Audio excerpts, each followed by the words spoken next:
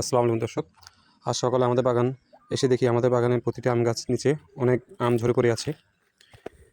এইগুলোর মধ্যে কিছু ছত্রাকের আক্রমণ দেখা যাচ্ছে। এর থেকে বাঁচার জন্য আমরা এসিমিক্স কীটনাশক সাথে আমরা দিব ছত্রাকনাশক।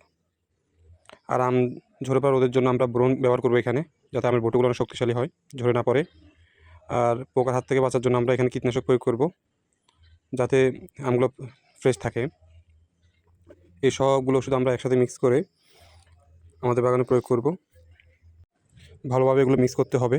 মিক্স করার পরে এগুলো মেশিনের সাহায্যে সম্পূর্ণ বাগানে দিতে হবে। এমনভাবে মেশিনের সাহায্যে দিতে হবে যাতে গাছের প্রতিটি পাতায় প্রতিটি আমে ভালোভাবে ওষুধগুলো পড়ে, যাতে কোনো পোক এই গাছে আর আক্রমণ করতে না পারে, ছত্রাক আক্রমণ করতে না পারে, আমগুলো ফ্রেশ থাকে এবং আপনাদেরকে আমরা ভালো আম সরবরাহ করতে পারি।